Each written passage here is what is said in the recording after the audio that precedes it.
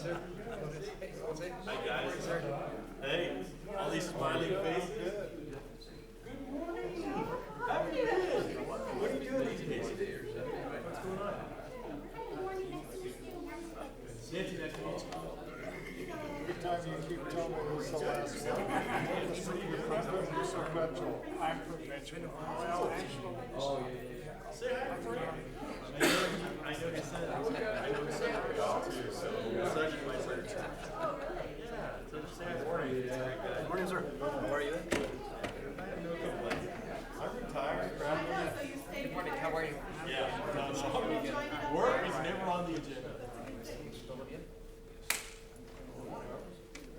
I don't know anything.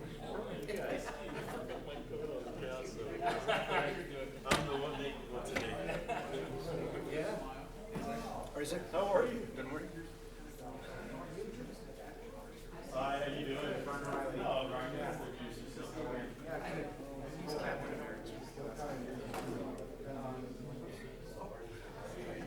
Raymond, I left my jacket on the couch this morning, so I'm very casual. How are you this morning?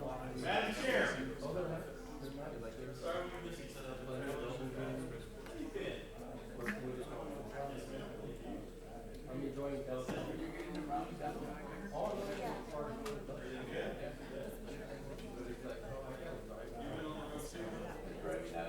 No, it is.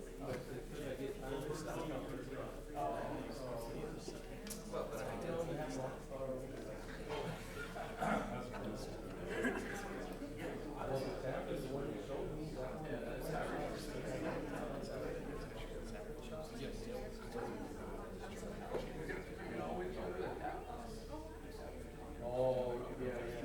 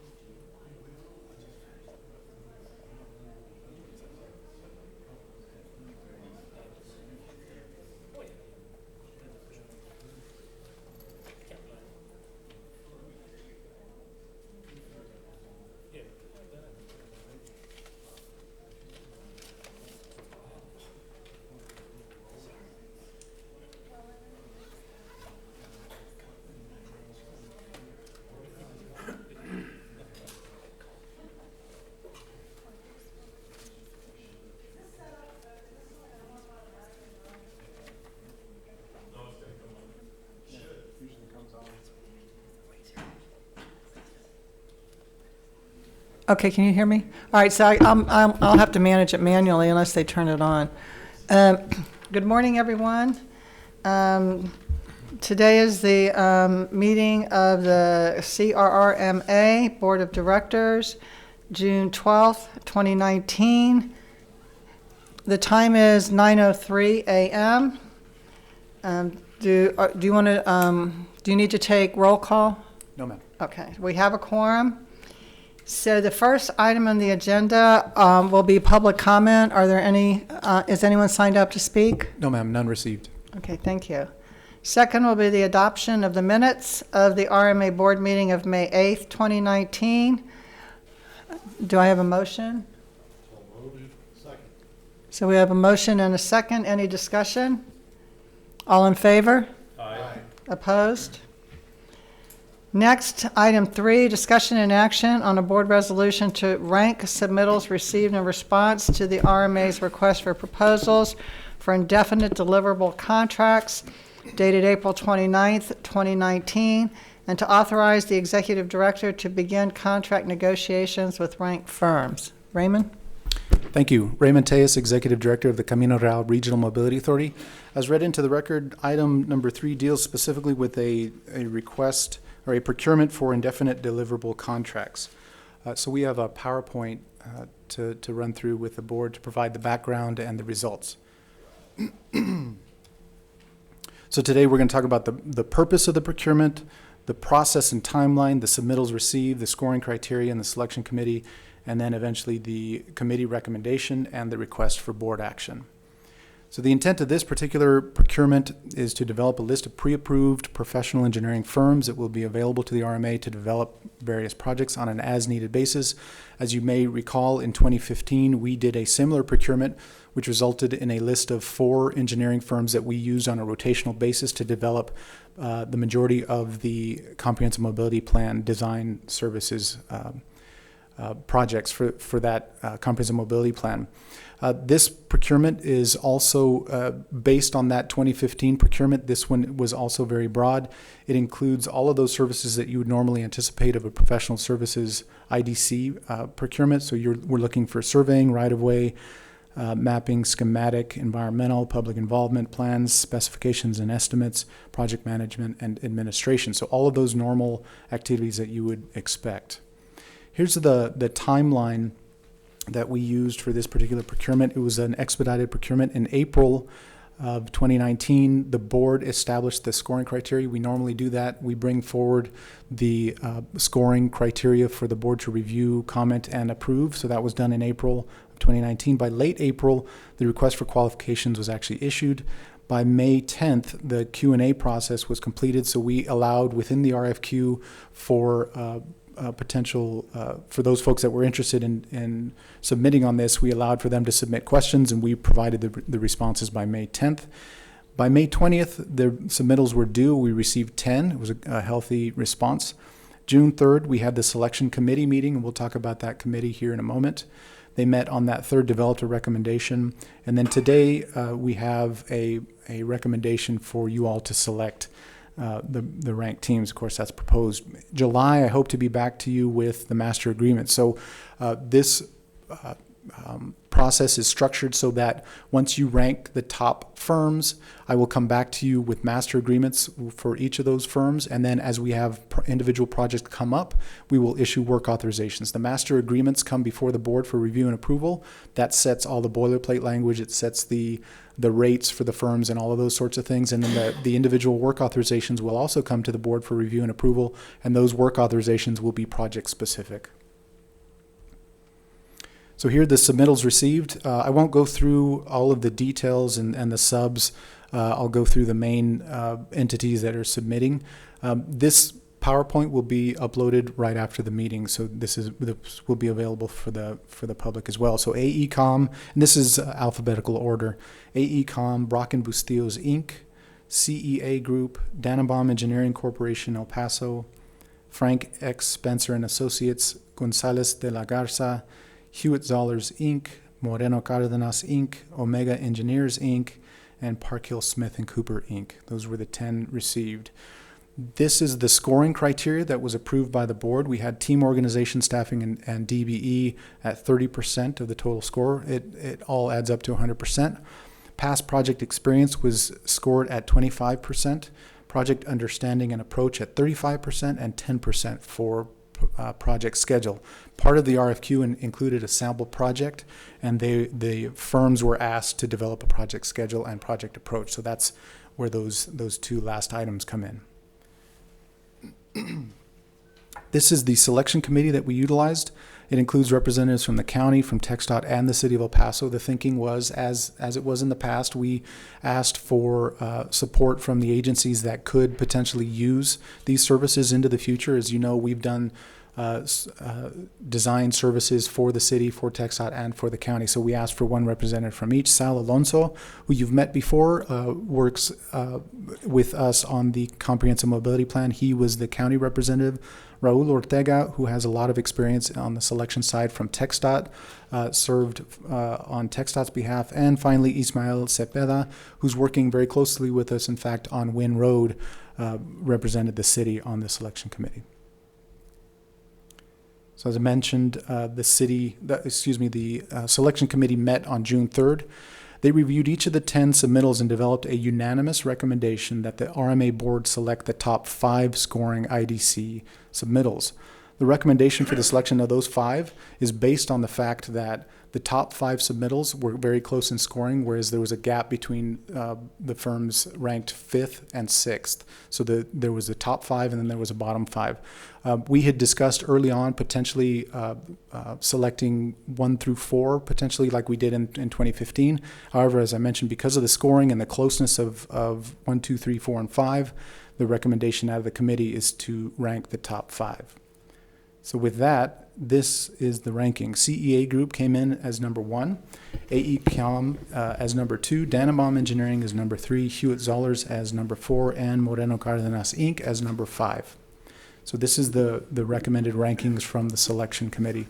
I'd mentioned too, as the projects come up, we intend to use this in a rotational fashion. So as the projects come up, we will then award to the next firm in line. Now, of course, we also negotiate the fees for each of the projects. So in the event that we're not able to negotiate what we deem to be a fair and reasonable rate, we will then skip them and go on to the next one. Of course, all of those steps involve board action should we ever find ourselves in that situation. But this is the recommended rankings from the committee. So the requested board action then is a motion to approve the selection committee's recommendation and authorize the executive director to begin negotiations with the top 5 ranked firms, provided that the resulting master agreements and subsequent work authorizations will be returned to the board for approval. As part of your backup, you actually have a board resolution that would implement this requested action. So subject to your questions, I would recommend approval. Are there any questions? No questions, then I'll entertain a motion. Motion to approve? Second. So we have a motion and a second. All in favor? Aye. Opposed? All right, thank you, Raymond. So, I am not like, excuse me, this is not a touch screen, that's why it's not moving. I'm like trying to touch it. Okay, so then we're moving to item 5. 4. 4, I'm sorry. Presentation, discussion, and action on a board resolution related to the CRRMA's recent procurement for the Mission Ridge Boulevard Phase 2 project to 1, award the project to the lowest responsible bidder, and 2, authorize the executive director to negotiate and execute a construction contract with such lowest responsible bidder.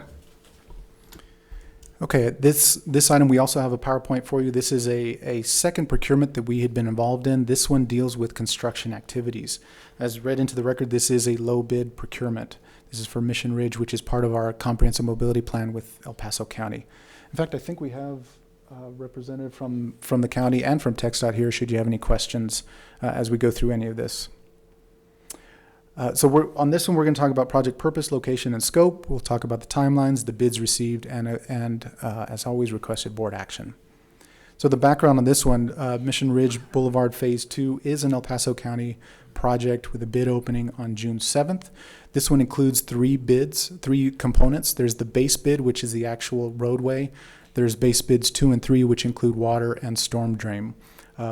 The budget for this particular project, the vehicle registration fee will pay for the roadway.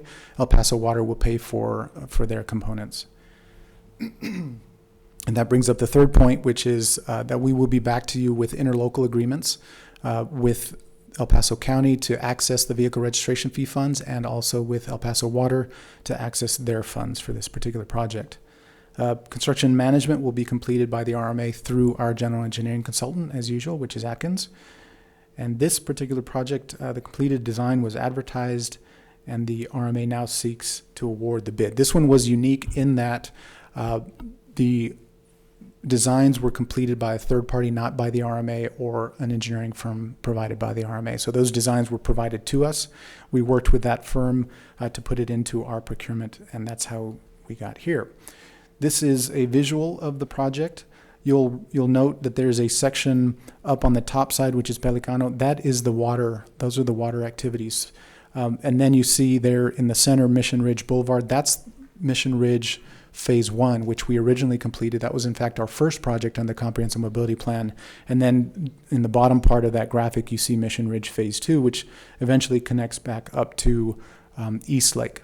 So this is completing that missing segment of Mission Ridge, and it's completing the water segments up on Pelicano. That's what this project consists of. In terms of roles, so the county provides construction funding for the roadway component of the project, and they will also provide decisions and guidance that require owner resolution. Ultimately, this roadway will be owned by the county of El Paso, so this is the usual role for them.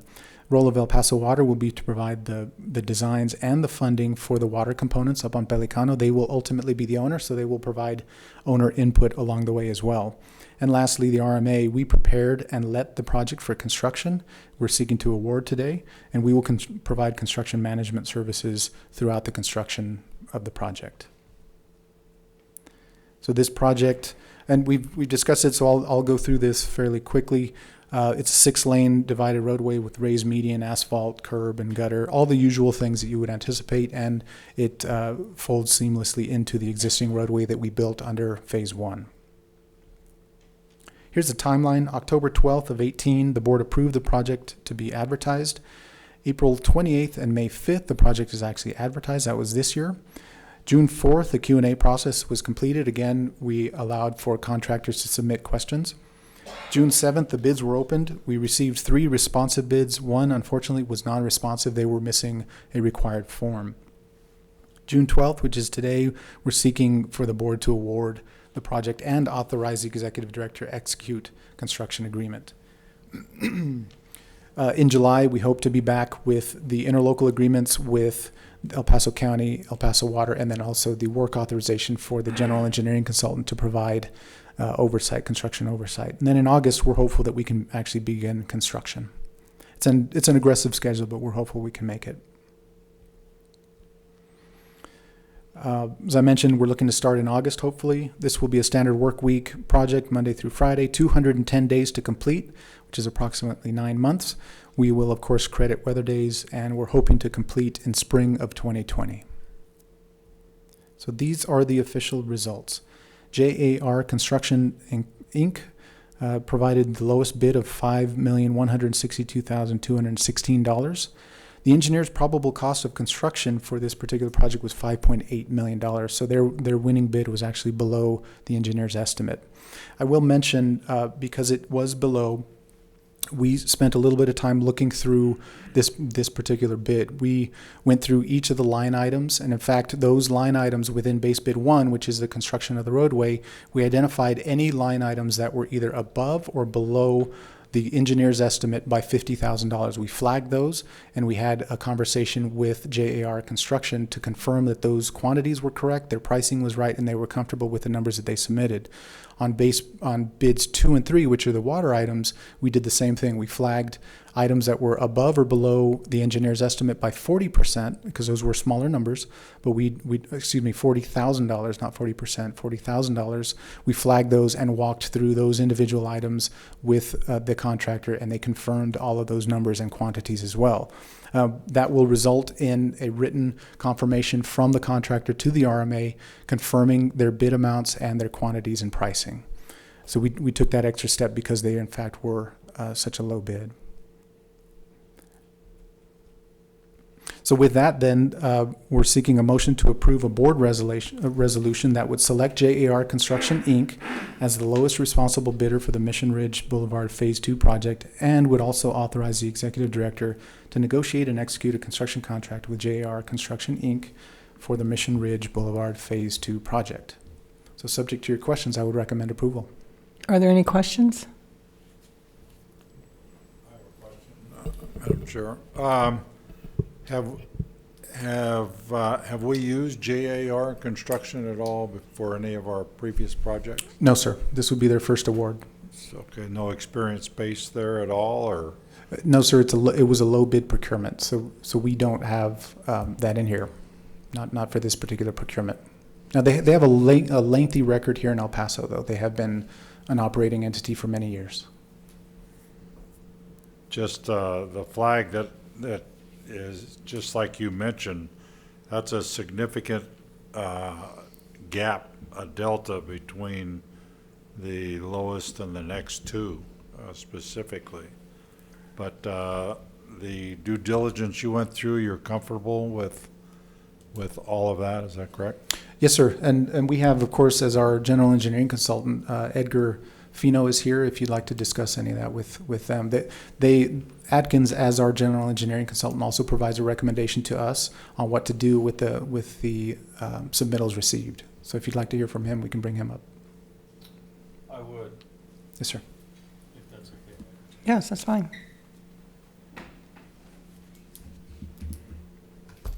Madam Chair, board members, Ed Graffino with the GC. In regards to the process, once the bids were opened, we went back to the office to individually check each bid item. And like Mr. Tejas mentioned, anything above or below 50,000, we flagged those out and we had a discussion with the contractor. Now, their response for the ones that were under is they're a self-performing contractor. In regards to they do most of the work in-house. They own their equipment, so they don't have to lease the equipment out. The PM previously worked with the previous contractor that built Mission Ridge 1. He's now with JR, and he's got some experience on that roadway as far as Mission Ridge. And also the PM has experience in the type of material that will be used out on this project. And one of the things we found very interesting is a JAR owns a materials company, Paso del Norte. So they will be providing the materials for that project, and they don't have to go outside to get that material. So that was a huge cost savings for them. Any other questions? Madam Chair, a question. What happens when you go back to a bidder and you say, gee, is this really the right number? You're not going to give them a chance to requote it, are you, or what happens? No. We're with your approval. Once we get the board approval, we will start the process as far as executing all the documents in the contract. We're going to make sure that they're comfortable with that number first. Mr. Tejas and the RMA will send a letter to the contractor. Are you comfortable with this figure that you submitted? And if they respond back, yes, we're double sure on this, then we will execute the contract. Well, you're going to do more than say, are you comfortable?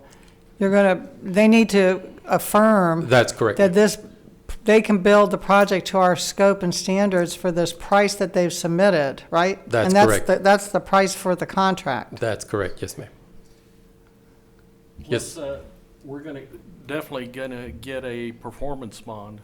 Well, that's a requirement in regards to the contract as far as the bonding company coming in.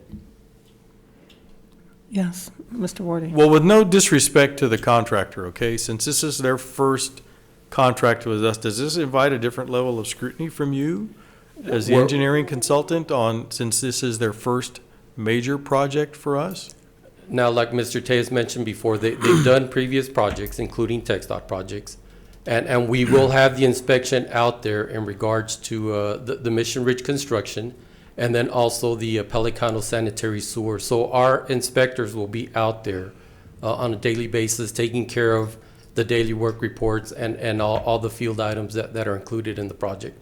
Now, we've had first contractors as far as the RMA coming in. I mean, Right. Jordan Foster was the first time, J.D. Abrams was the first time, Yeah, but- International Eagle, Lesna, those have been first-time contractors that the Army has worked with. Well, we asked some questions on some of them also, because, we have limited funds and we want to make sure that we're making a good choice. And I'm sure, look, they have a good reputation, but you're telling me they have completed other contracts, highway projects for TxDOT? Yes, sir. Yes. Okay. They've done a lot of work for the city, too. Right. But I can't recall specific projects because I've been gone for a while, but I know that they were a contractor that the city worked with quite a bit for their major road projects. And I think they also did kind of the unit cost pricing for things when they'd have to go do a small stretch of roadway. But I think they did new construction as well. Now, the county is our partner on this, right? Yes, ma'am. Were they comfortable? Yes, as far as we went over. selection and the yes, yes, we pricing? did. Okay. Yeah, the county was involved since day one. Right. Okay. Are there any other questions? Then I'll entertain a motion. Motion to approve. Second. We have a motion and a second. All in favor? Aye. Okay. We have one abstention. So please note that for the record. Okay, so now we're moving to item 5, a discussion and action on change orders related to the 2013 El Paso County Comprehensive Mobility Plan, including A, presentation on change orders recently approved by the Executive Director, and B, a board resolution authorizing the Executive Director to execute change order number 6 for the East Lake Boulevard Phase 1 project. Yes, ma'am. On this one, we're going to run through 2 very brief PowerPoints. The first one will be the usual update for you all on the various projects within the Comprehensive Mobility Plan. And then the second one will speak more specifically to item 5A, which are the change orders that were recently approved. So with that, I'll ask Ms. Graffino to approach and provide that update to you. Madam Chair, board members, Ed Graffino with the GC. Presentation, please. Thank you. This is a 2013 El Paso County Comprehensive Mobility Plan update. We will be going over the CMP project map, the project listing, the project updates to include design, construction, projects funded by the CRRMA, and then the projects constructed. This is the overall map that we've been using in regards to the 2013 CMP program. These projects are the ones that are in design, Darrington, Mission Ridge, Pelicano, and O.T. Smith. Projects under construction, Vista del Sol, Rojas, and East Lake. Mission Ridge will drop down from a design project into the construction project. And then completed projects are Greg Edgemere, Old Waco Tanks, Camino Real, National Historic Trail, and East Lake 2. First project under design is Darrington Road. Invoice amount is $972,788.76. We're finalizing the drainage plans, and we're looking at a winter 29 bid opening.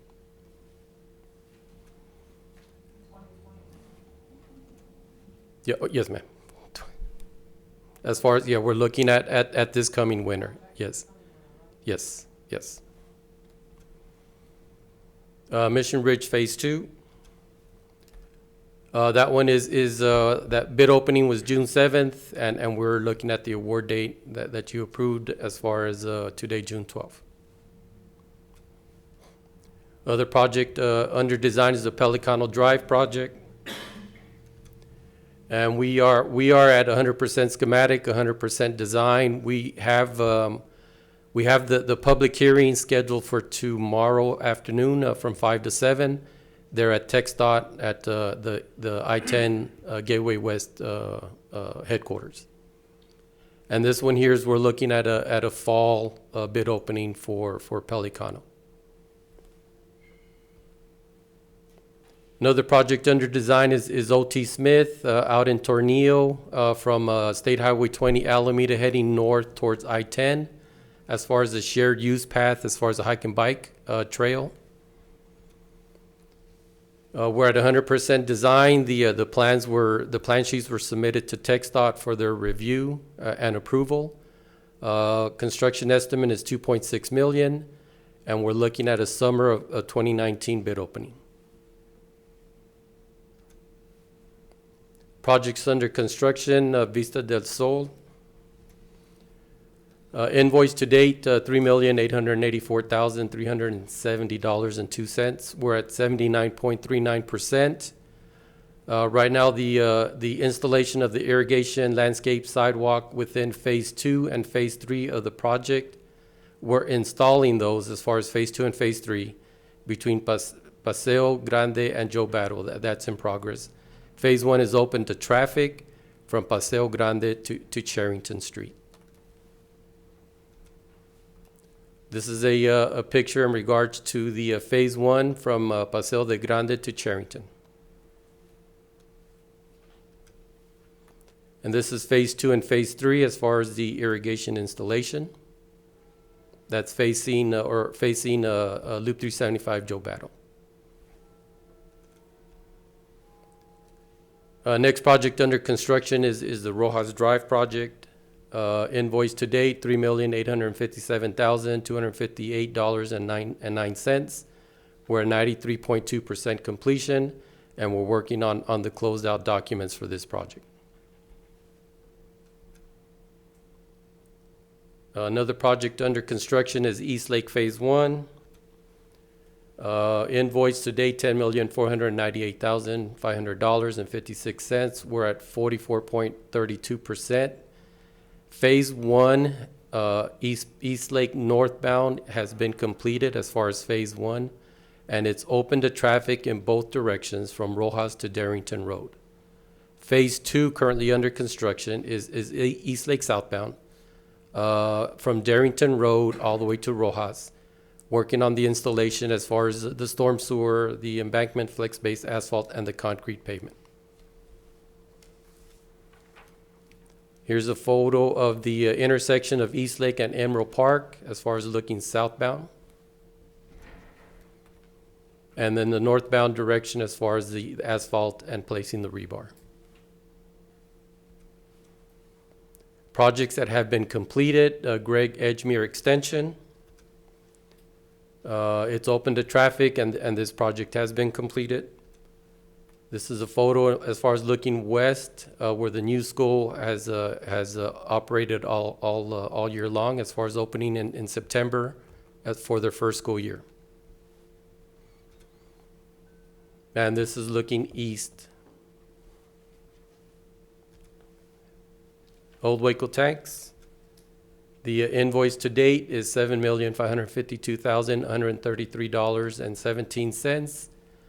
Complete to date is 95.88% as far as the construction dollars. Another project is the Camino Real National Historic Trail as far as the signing job with numerous signs being installed.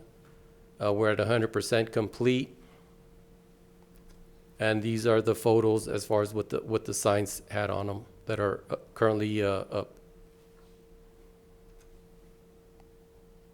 And also completed project is East Lake Phase 2. Invoice to date, $13,772,538.58, 100% complete. We are working on the plant and the irrigation maintenance that has been completed. Any questions or comments? Any questions? First off, we have a county rep here, or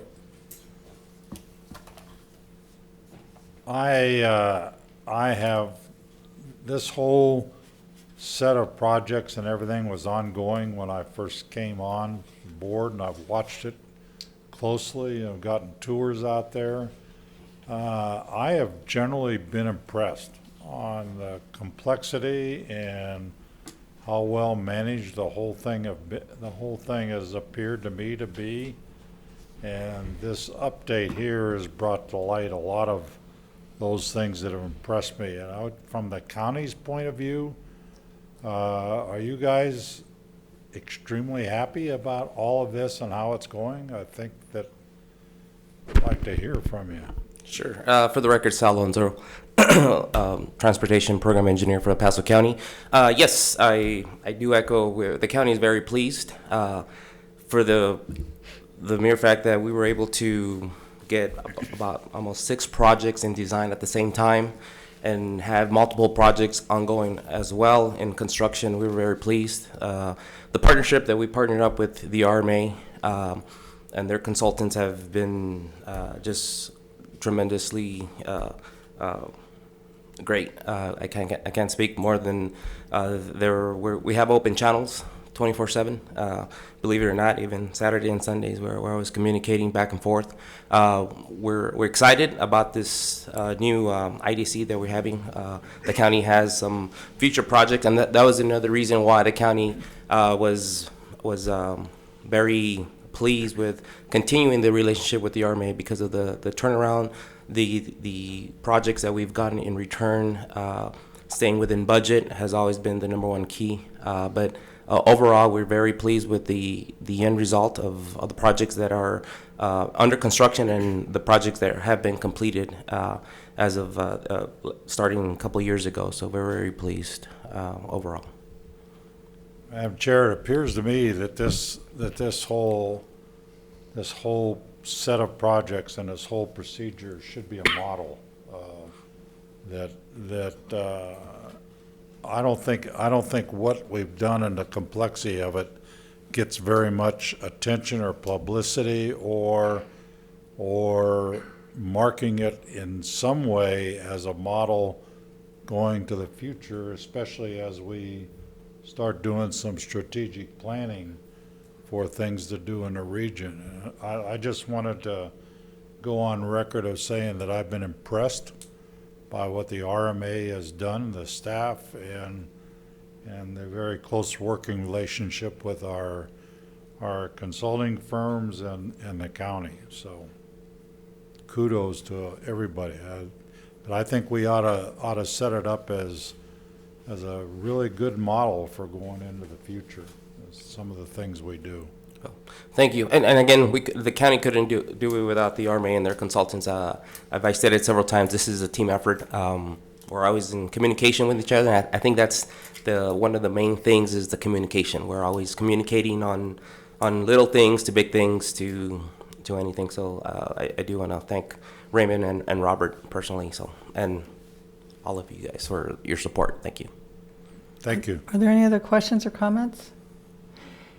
So maybe what we could do, Raymond, is you and Robert could potentially coordinate with the county, since the county actually is the owner of most of these projects, and maybe do some kind of communication, like a press release or a communication where you talk about kind of the status of the 2013 mobility plan, because there's been a lot of work completed. There's a lot of work moving into construction now, and maybe really use that as an opportunity to showcase the partnership, to look at the benefits of how the RMA was used to accomplish this, the time frame in which it was done, particularly looking at where we got projects done either on time, ahead of schedule, on budget, under budget, as a way just to sort of bring more attention to what the RMA is doing, but also to show how it works with an entity that has basically sort of contracted with us to oversee their major roadway construction projects. I think that would be time well spent to sort of put something together like this. PowerPoint is actually really good. I mean, it's pretty concise. It goes into project details. If you added something, it could be just to start from the beginning. What is the plan? And then what was the game plan from the beginning to where we are now? And get it out. Maybe the Inc. or somebody could do like some business coverage, because these roads have huge economic implications, economic development implications for the areas outside the city proper, where you're providing a network of connectivity and infrastructure to support business development, which was handicapped in some of these areas prior to this. And I'm happy to work with you on that if you want some help. I mean, because we have a team that in my organization that does a lot of kind of public awareness and outreach, and I'd be happy to assist you in the county just on my own time if you're interested in pursuing that. I think it would be a good way for the county to showcase the effectiveness of the efforts that you've taken with that vehicle registration fee, how it's been used, how you've been able to advance projects far more quickly than you might otherwise have been able to advance them. And that you've done it with like not really having to grow your internal capacity as much as you might otherwise have to do. Like you mentioned, you let 6 or 7 projects simultaneously under design and stuff, and that's hard to do without having a fairly substantial team in-house if you're going to manage it in-house. So would that be acceptable to the board? I think great idea. Okay, good. Now, there's an action for us? No, ma'am. No, that was a general update Okay. for you on item 5. Mr. Fino is also going to present an item under 5A that will identify the change orders that were recently approved, and then under 5B, there is a request for action for a specific change order that we'll walk you Okay, through. that's why I thought there was an action. Okay, please go ahead. All right, thank you. PowerPoint presentation, please. This is the 2013 El Paso CMP recent change orders. I will present 3 change orders and 1 change order that requires board action. On the change orders is the Vista del Sol project. Change orders 1 through 6 have been reviewed and seen by the board. The same thing with 7 through 11. And also change orders 12, 13, 14. I'm presenting change order 15 to install a 45-degree elbow on a 12-inch water line in conflict with the sanitary sewer for a change order amount of $3,062.72. Change order 16 is to install a 45-degree elbow on a 16-inch water line in conflict with a storm sewer as far as the RCP reinforced concrete pipe. For a total of, that one is 36, let me get that. $36,892.07, which will be split up by the VRF funds for $27,140.82, and also the partners on this project, El Paso Water, for their amount of $9,751.25. With this change order amount, the VRF funds, we have spent $231,432.21 for an increase of 5.05%. And on the El Paso Water budget, change order wise, we spent $115,612.78 for an increase of 2.52%. The next project as far as change orders is East Lake Phase 1. Change orders 1, 2, and 3 have been presented to the board. We are currently working on change order 4, which is pending, which is a pothole for an existing gas line out there. We have not finalized the numbers in regards to this change order. But we are presenting change order number 5, the abandoned water line that with the asbestos removal. That cost is $10,856.02. And then change order number 6 to add 2 traffic signals on Paseo del Este Boulevard for $639,944.68. That's the pending approval. The total change order amounts for this project is $667,290.70 for an increase of 2.82% on the current construction cost. Does anyone have any questions? I know traffic signals, new signals are expensive. Because there's all the electronic infrastructure, and there's probably like, you're gonna have to carry it a distance to get it to some kind of utility connection, I'm just thinking. Well, and so this one is unique as well. This one was requested specifically by the Commissioners Court, I believe. And we have our representative from the county that can speak to it in more detail. This one was specifically requested because I believe that the constituents out there had some issues with that particular area. So it was a specific request by the county. I'd mention also with all of the comprehensive mobility plan projects, each of the change orders when they come up are reviewed and approved by the county before they even come to me. So as you know, we've got a resolution in place that allows me to execute work authorizations change orders under $100,000. This is well over $100,000, so that's why it's before you today. But it does come with the blessing of the county, and it is utilizing VRF funds. I think the reaction was the price of the two signals is pretty high. That's significant. But I know that there's a lot more to it. I remember when we would install signals in the city, I think with all the infrastructure in place to do it, it was still about $125,000 because you had to do the boxes and the electronics and everything associated with it. Is this an unusual cost? Is this higher than normal? It's slightly higher because we've included some wooden poles with span wire in regards to what's going on for this project. The lead time to get the product delivered is 25 weeks, as far as the steel poles, the mast arms.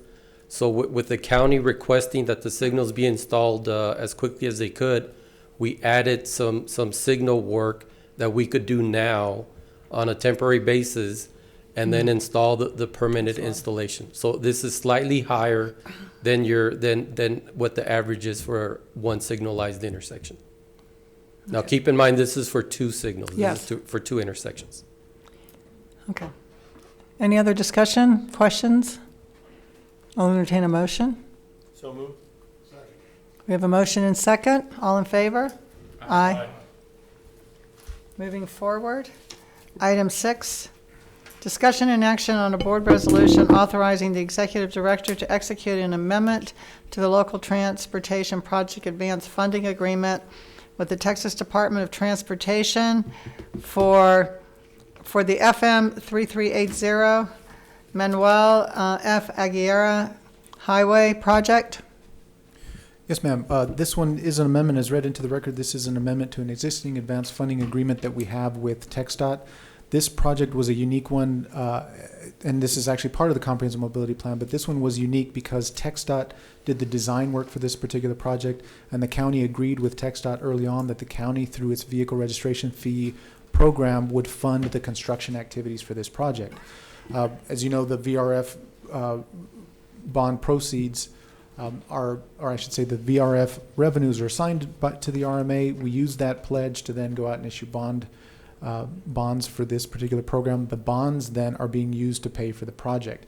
The original advanced funding agreement between the RMA and TxDOT required the RMA to provide TxDOT $20,358,518. That was the estimate that they had at the time. The bids came in lower, and in the end, they ended up spending less for the project. So this is really a cleanup amendment, and it reduces the amount that the RMA has to provide to TxDOT down from that $20 million figure to $17,452,541.22.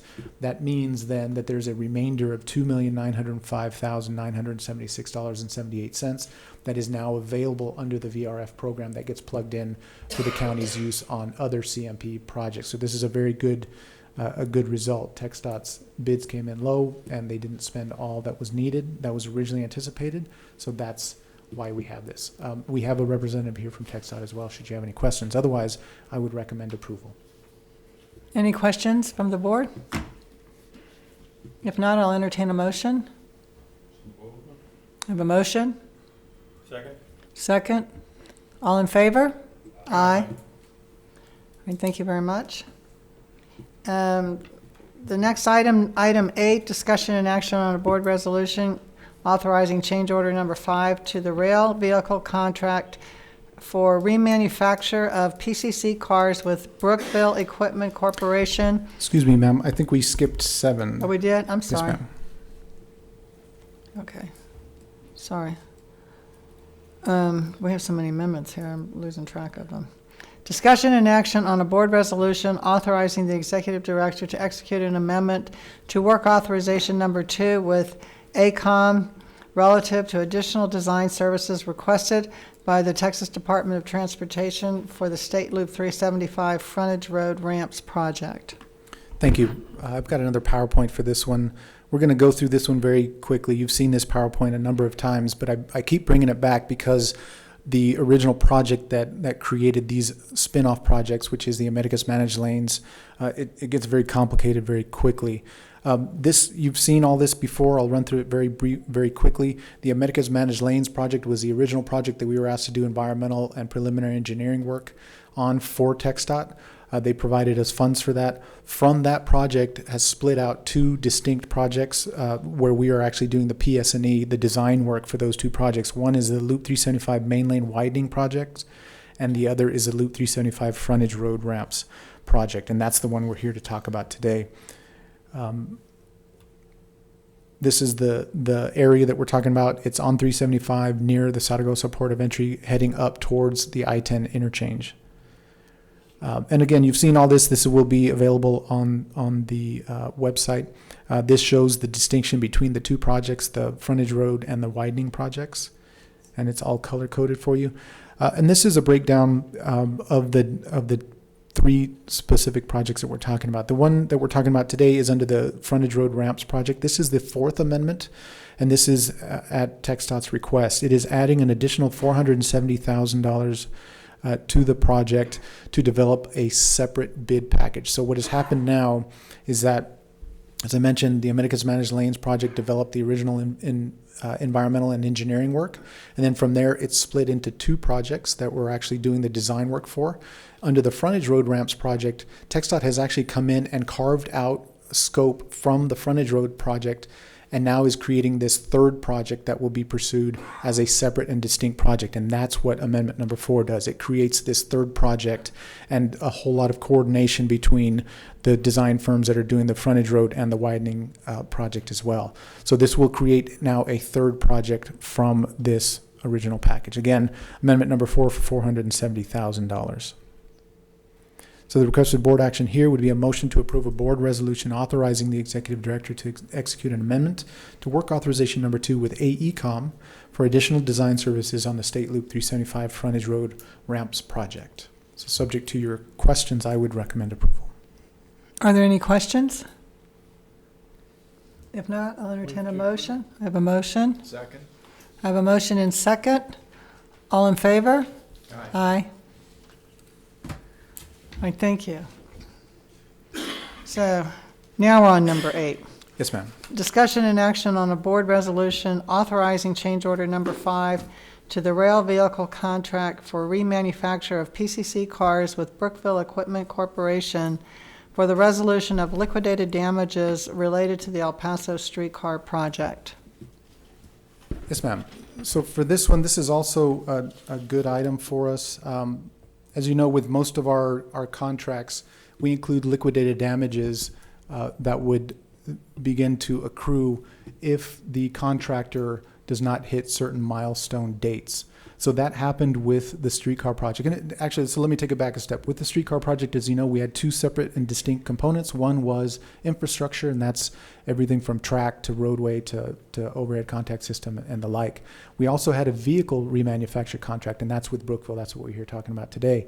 That particular project, we tasked Brookville with remanufacturing the 6 vehicles and getting them to us within a certain identified schedule. They missed a number of milestones within that schedule, and which resulted in the total amount of liquidated damages per the contract for $902,200. So we have been working with them to resolve that liquidated damages amount. And what you see as part of your backup is the resolution, the proposed resolution for your review. This has been reviewed by Brookville. They are comfortable. In fact, they submitted these items. When you go through the entire list, it's actually, they're providing goods and services warranty extensions, and also they're extending by 3 months the period of time that a Brookville employee will actually be housed here in El Paso to provide additional services to Sun Metro on site. Sun Metro has reviewed this settlement, and they are very pleased with it, and they're anxious for us to execute this. So, subject to your questions, and I should mention also, we have our outside attorney with us, Brian O'Reilly from Locklord. Should you have any legal questions, we can certainly take this into executive session. I would mention too, under the next item, which deals with Border West, we have our attorneys here too, should you want to retire to executive session. But subject to your questions, I would recommend approval of this. I think it's a good resolution to the liquidated damages identified, and Sun Metro is very happy with it. Are there any questions on this item? If not, I'll entertain a motion. I have a motion and a second. All in favor? Aye. Motion passed. All right, thank you.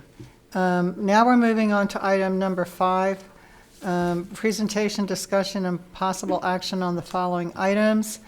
Item 9A, I am going to request that we go into executive session.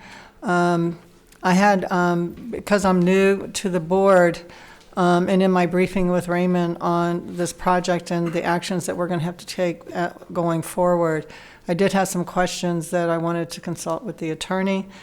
So item 9A, overview of the CRRMA's role on the Border West Expressway project.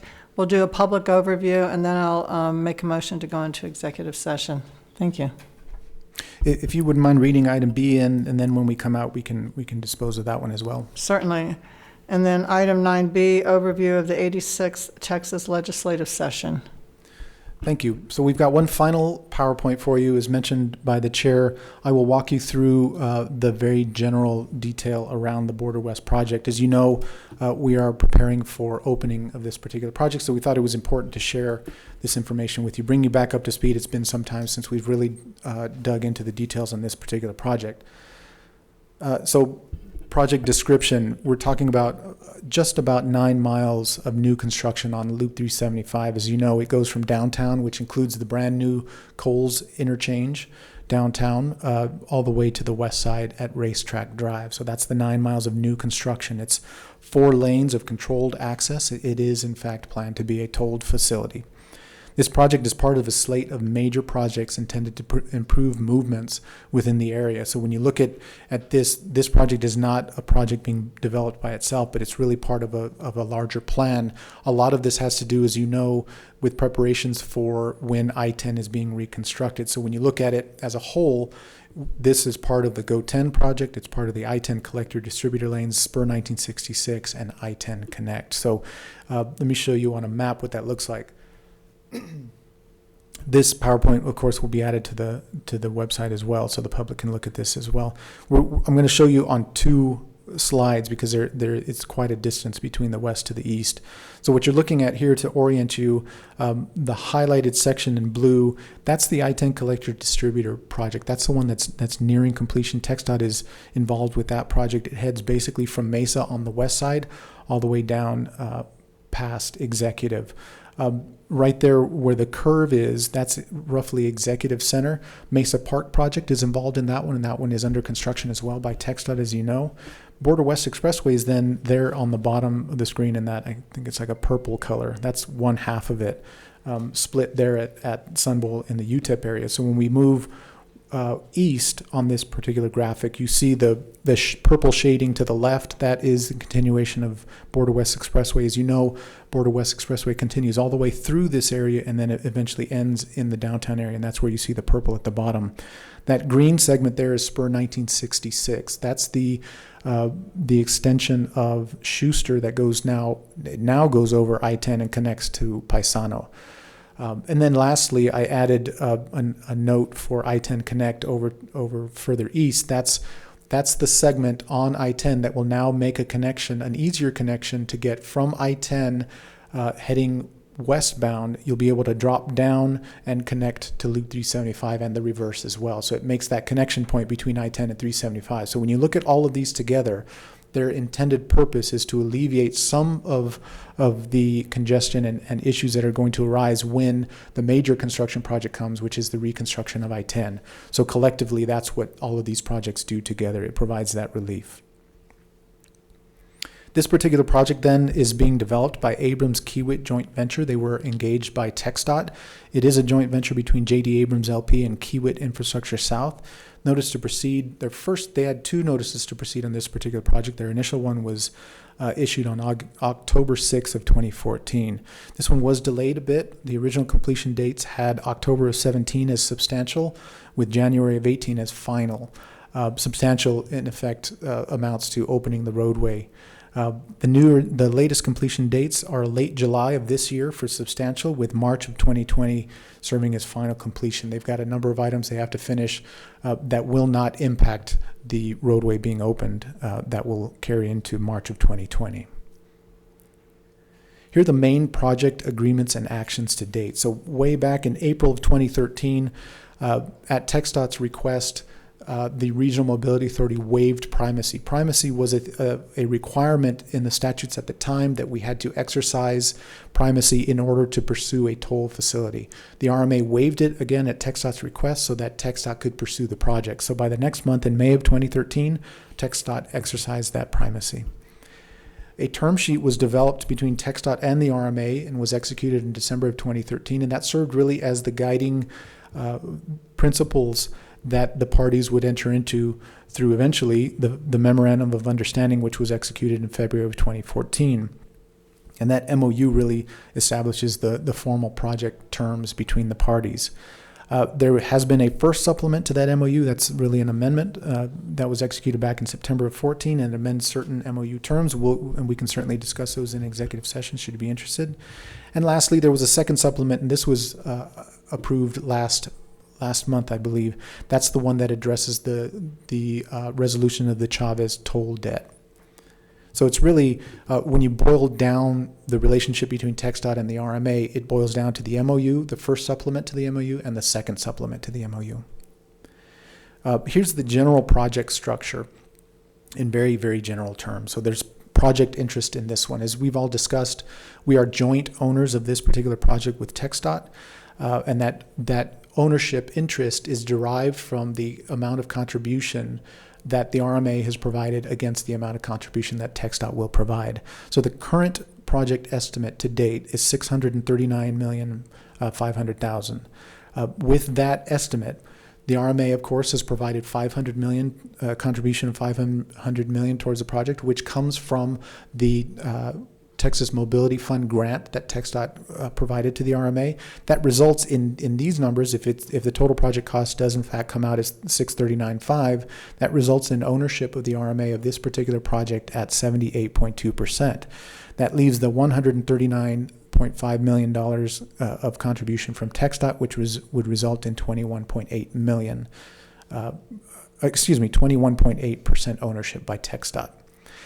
In terms of who is doing what, on the design and construction side, TxDOT maintained most of those activities. So they were responsible for procuring the design build firm, and they are also responsible for the management of design and construction activities. So we are not involved in any of those activities. That's all TxDOT, with the sole exception of the tolling improvements. So that's the tolling gantries, the readers, the fiber, all of those components that are necessary to operate a toll facility. The RMA was responsible for installation of those, and we are doing that now. On the operations and maintenance side, TxDOT is responsible for the roadway operations and maintenance, and they are complying with that through what they refer to as a comprehensive maintenance agreement, a COMA. In effect, what they've done is they've partnered with the design build firm and entered into an agreement that will provide that comprehensive maintenance for the first 15 years. And actually, the way that it's structured is there are 3 5-year periods. And then lastly, the RMA is responsible for toll collections and operations, and of course, maintenance of the tolling improvements as well. So that's what I have for you on this particular project. Certainly. I'm going to ask this in the public because you and I have discussed this. I'm still a little stymied. Maybe the rest of the board is too. If TxDOT funded the project and are going to pay for the maintenance on the road, what is the need for the toll? TxDOT does not pay for the maintenance of the road. That TxDOT is responsible for engaging the firm that's going to do the maintenance on the Oh, road. okay, all right. But the real answer to the underlying question is why tolls if the project wasn't funded with debt? The answer is that the tolls will generate a revenue stream that will be used to pay for the operations and maintenance of the Okay, I entire facility. misunderstood that item on the PowerPoint. Thank you for the Certainly. clarification. Any other questions? Okay, so it's now 10:02 a.m. on June 12th, 2019. We would need a motion to go into executive session. Isn't that what I'm asking for? No, ma'am, you'll read that once the motion is approved. Oh, I'm sorry. The motion to go into executive session? Second. Okay, all in favor? Aye. Thank you. The time is now 10:03 a.m. on June 12th, 2019, and the CRRMA Board of Directors will now return to executive session pursuant to Texas Government Code Section 551.071 for the purpose of consulting with legal counsel for deliberations regarding legal issues associated with personnel matters? No, ma'am, sorry, that shouldn't be there. It's 071 consultation with attorney. Apologize. 071 consultation with attorney. That's all I need to say, right? Yes, ma'am. We will reconvene the open meeting upon conclusion of executive session. Thanks.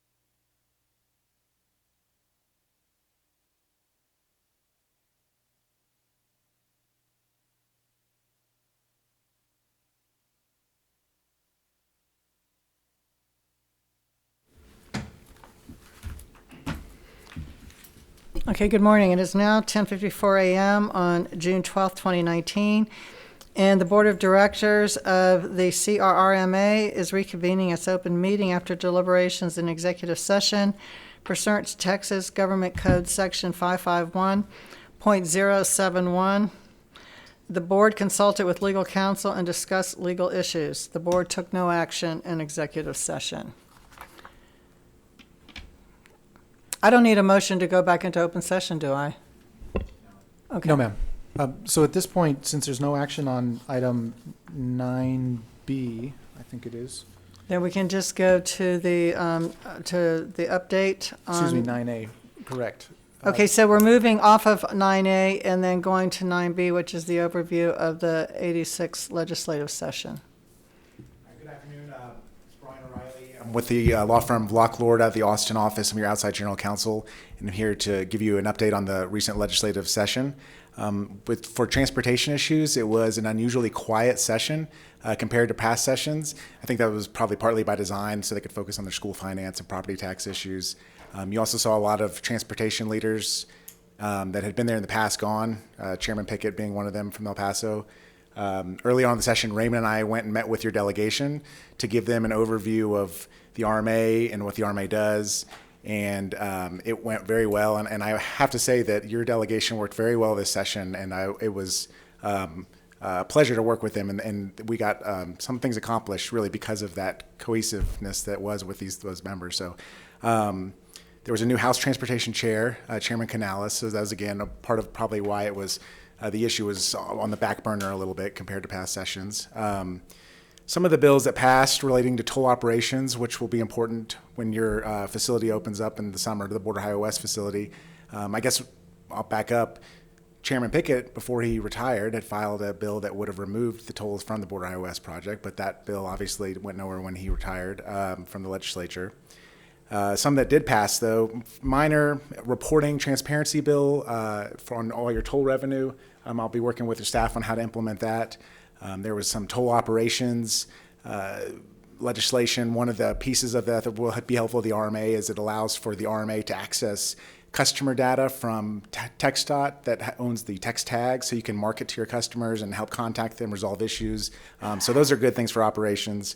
And then there was a bill that would limit the number of plates that disabled veterans could use on your for the exemption. So disabled veterans, if you create a program, which you have, receive free toll use of the toll road. There was some abuse going on where there was, one person signing up for 8 different vehicles, and so this legislation limited that down to 1 plate or 2 transponders. And so that'll be something that'll be helping within your toll policies to implement. Other bills that passed, there were some significant Public Information Act bills, Open Meetings Act bills, things that affect governmental entities that aren't really transportation related. But moving on to a few items, El Paso related, the optional vehicle registration fee, I know you're all familiar with it, was unfortunately didn't pass. The standalone bill did leave the House that Representative Ortega had passed. It was held up in the Senate, as were several other optional vehicle registration fee bills from other counties. There was an effort to combine them all into an amendment near the end of session for the DMV large sunset bill, and that didn't go anywhere. So they tried, that the appetite really wasn't there for that. And then the Weiler tram, Raymond came and testified, did a great job on that. We met with a lot of staff, and the authority to work on that with whatever form that ends up being in. We have to talk with Texas Parks and Wildlife. You have that authority, and Representative Ortega got $5 million to put towards the project. So all in all, I think a really good session locally. And like I said, I really have to compliment Representative Ortega. Worked very hard on some of these issues, and I enjoyed working with their staff. I think that's about it that I wanted to hit on. Are there any other questions that y'all have? Or? Just briefly, was there anything regarding mobile RMAs in general across the state? Any move to restrict them or expand their capabilities? There's always so there were little things such as the sharing of the data, for instance, of the customer data. That is something that's really important to, and like the CRRMA in Austin. They really want to be able to reach out to the customers. TxDOT couldn't share that information with them, and that was a big win. You know, there is an anti-toll sentiment in the state. It was not as bad though as I would have expected this session. So you know, I think there was the VRF discussion is really helpful, and I think sometimes maybe Raymond might be too modest about it because once we got up there and told them what y'all have done with this, y'all and Alamo RMA and Bexar County are just great examples of turning this into a great program. Like you said earlier, I mean, it really should be a model, and it was good to educate the members on that, and I think that was helpful. So, Okay. Does anyone have any questions about anything discussed? all right, Okay, thanks. thank you. So that concludes our agenda. Going forward, I know these aren't on the agenda, but going forward, do we not have like your contract evaluation coming up? Is that in August? Yes, ma'am. I'm just looking at Sorry. future agendas. Yes, ma'am. The evaluation and the whatever we're going. So I should put it the other way. My employment agreement expires at the end of August. And so a contract renewal evaluation. And then what is the status of the interlocal with the city for being the fiscal agent? Is that up for renewal? It is. That's also up in August as well. So we've provided them a draft moving forward, but we just had not heard back from them. I've contacted them a couple times. I'll do so again and see where they are on that. Okay. But those are things we should anticipate at the August meeting, right? Yes, ma'am. Okay. And is Norman working on those items? I don't know. Are you involved in that? I was initially from our past chair, so he is aware of this, and I think he's been notified. We've notified him, but I'm not involved in those actions, so I'll ask him to reach out to you both and see if that's moving. That should be moving. I know we've So talked are you and about I it. the ones that oversee like the contract? Normally in the past, but Okay, well, others can participate. is the rest of the board okay with the chair and vice chair continuing that for this year? Okay, so would you ask Norman to get with me or give him my email and Joe's email so we could coordinate to get together? Yes, ma'am. All right. Okay, so I'll entertain a motion to adjourn. So moved. All in favor? All right. Thank you very much. Great.